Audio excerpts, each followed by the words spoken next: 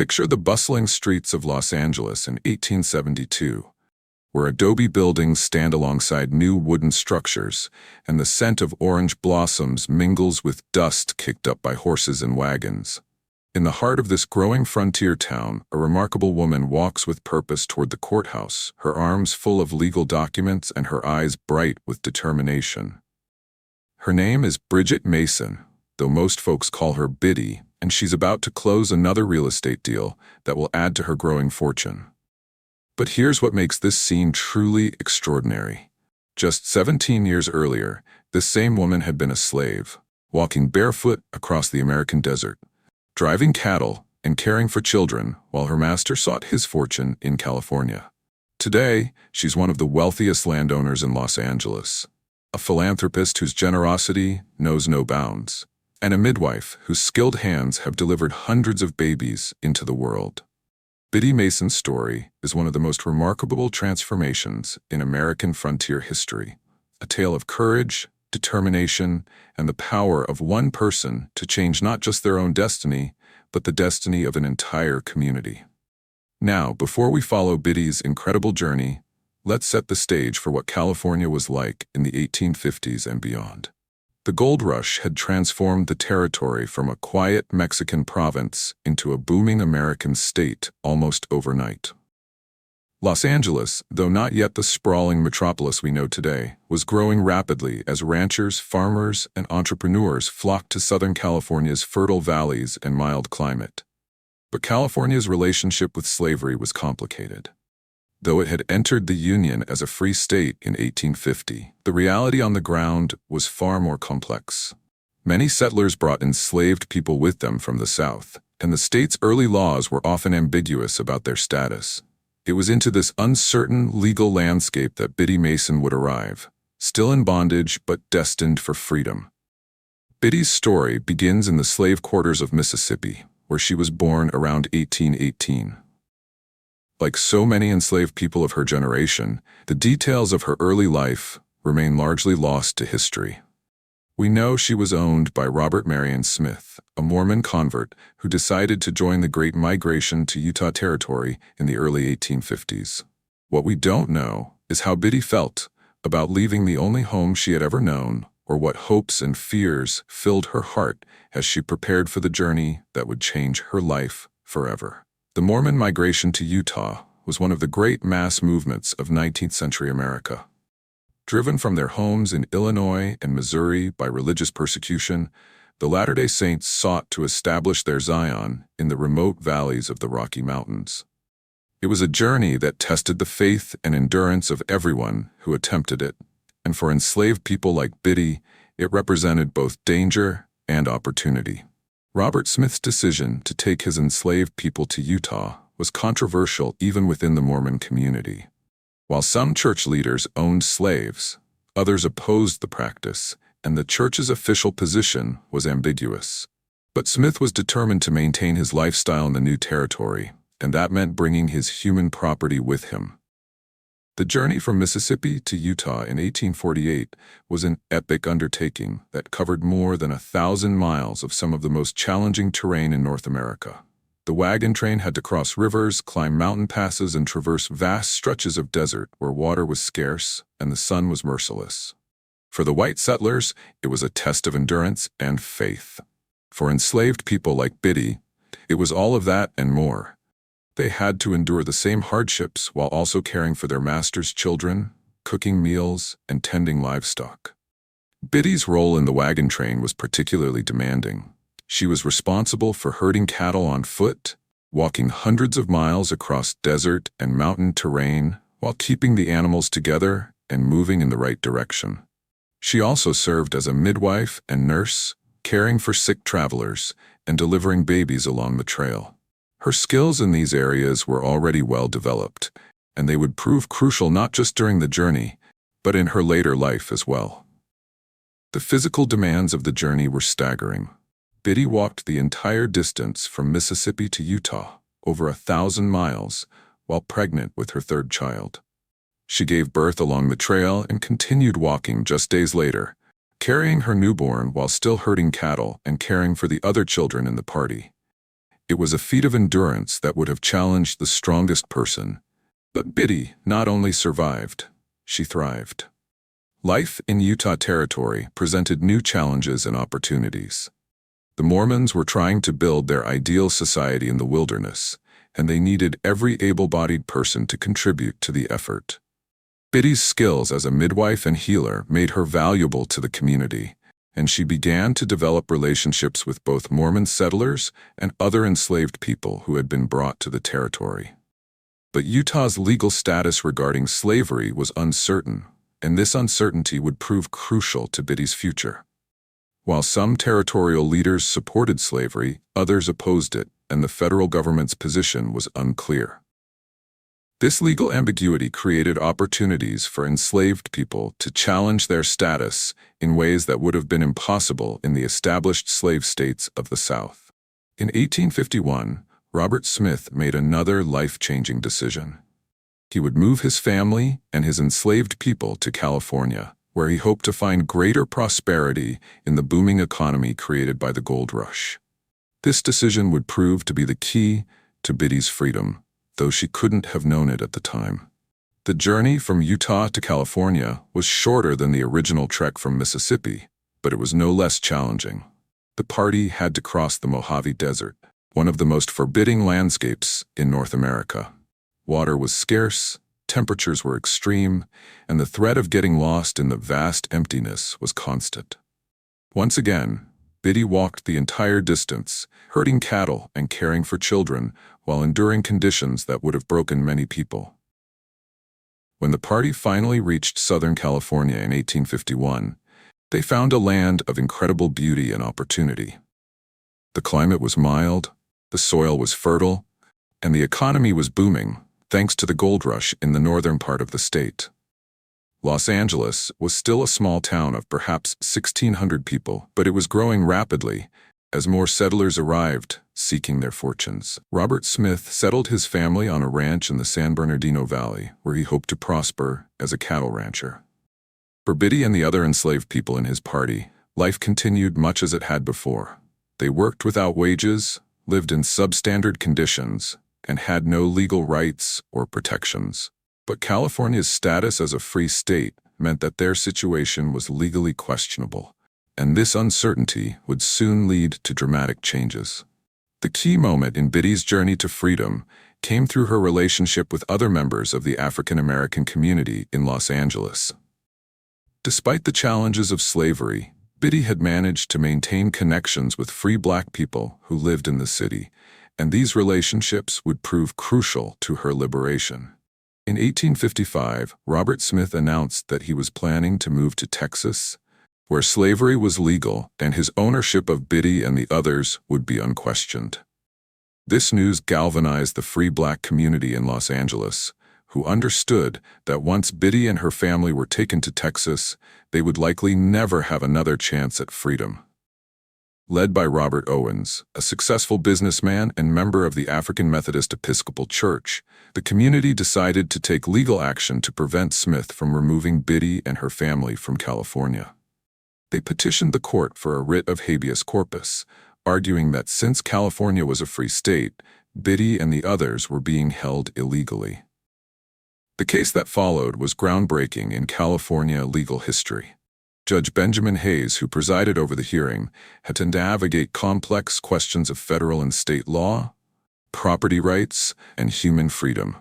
The hearing took place in January 1856, and it would determine not just Biddy's fate, but the fate of her children and the other enslaved people in Smith's party. The legal arguments were complex, but they centered on a simple question: could someone be held as a slave in a free state, even if they had been brought there by their owner? Smith's lawyers argued that his property rights were protected by federal law and that he had the right to take his enslaved people wherever he chose. The lawyers representing Biddy and the others argued that California's free state status meant that slavery could not exist within its borders, regardless of how enslaved people had arrived there.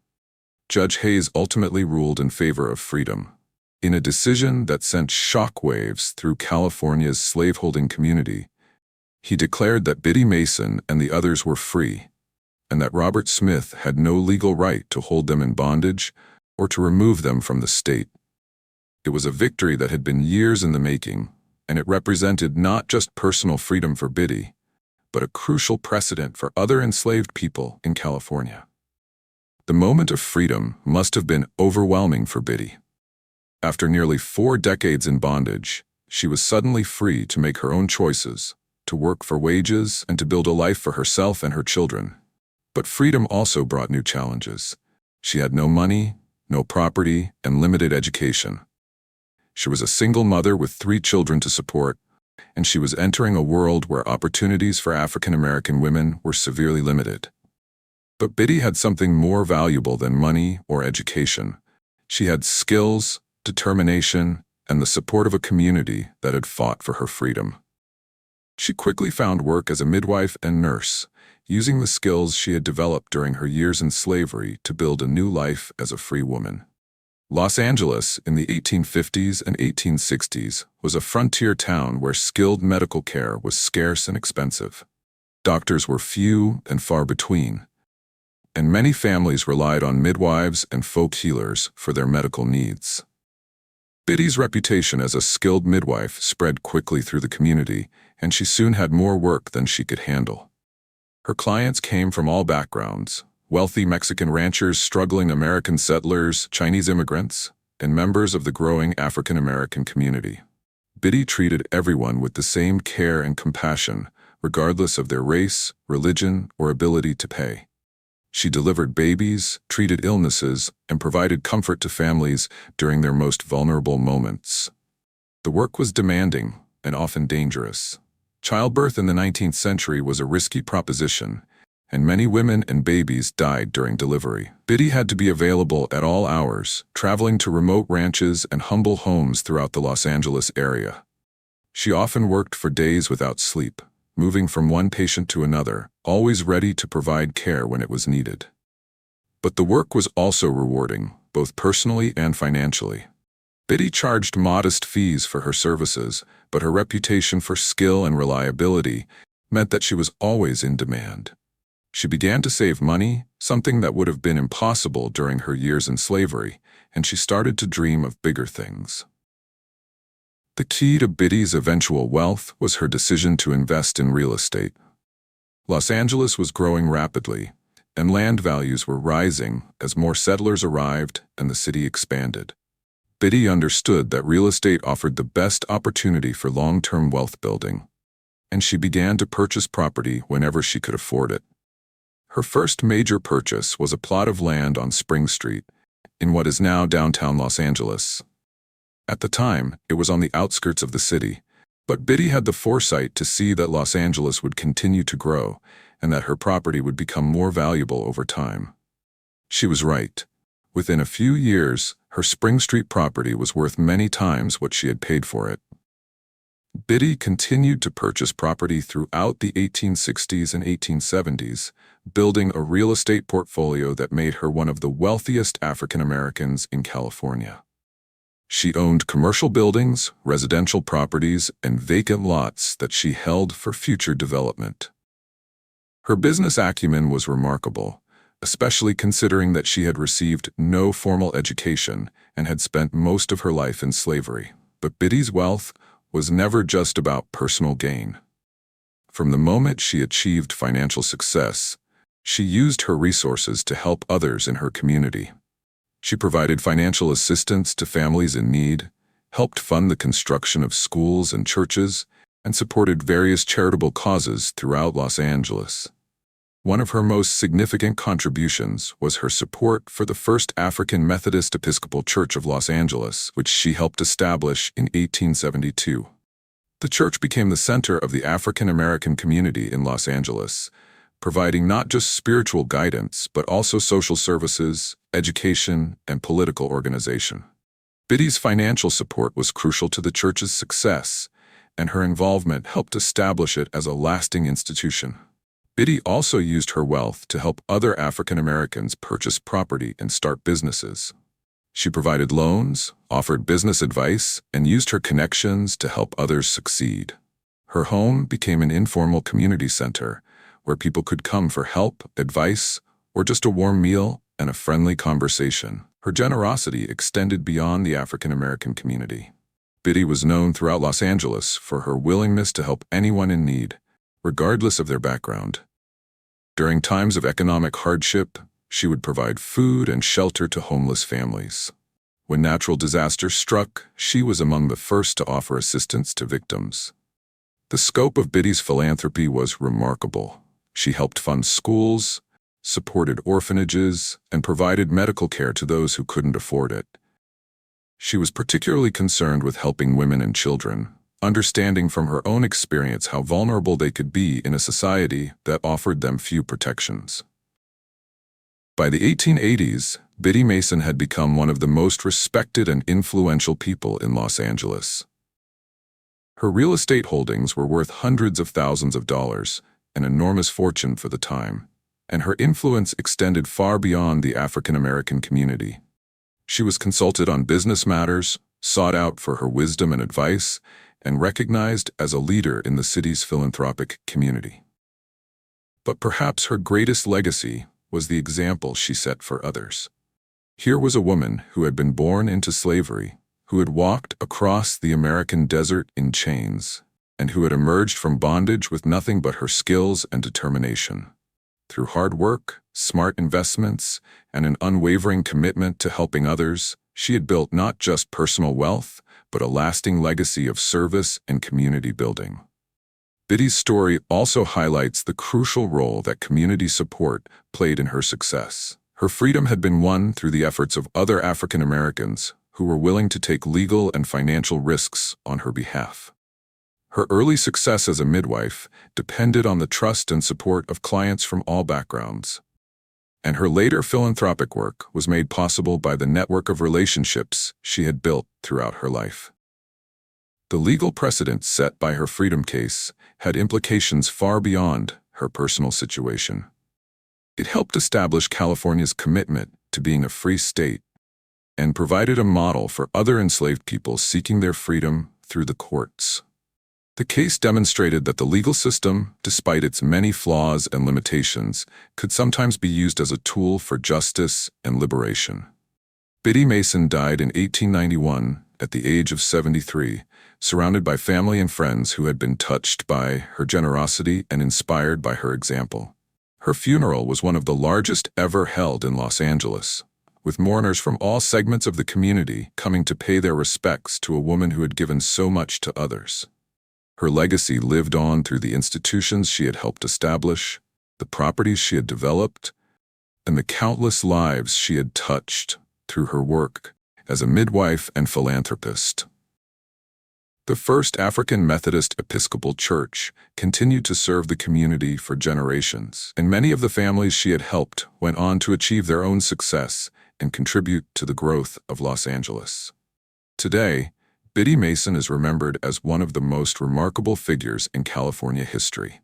Her story has been told in books, documentaries, and museum exhibits, and she has been honored with historical markers and monuments throughout Los Angeles. But perhaps the most fitting tribute to her memory is the continued vitality of the communities and institutions she helped build. The transformation of Bridget Mason from enslaved person to wealthy philanthropist represents one of the most dramatic examples of social mobility in American history. Her story demonstrates the power of individual determination, the importance of community support, and the opportunities that existed on the American frontier for those brave enough and skilled enough to seize them. But Biddy's story is also a reminder of the injustices and limitations that existed even in supposedly free territories. Her success was remarkable precisely because it was so unusual.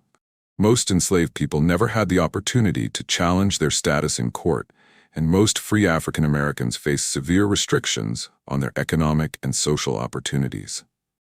In the end, Biddy Mason's legacy is not just about personal success, but about the power of one person to make a difference in the lives of others. Through her work as a midwife, she brought new life into the world and provided comfort during times of crisis. Through her business acumen, she built wealth that she used to benefit her entire community. And through her example, she showed that the American dream of transformation and opportunity was real, even for those who started with nothing but their own courage and determination.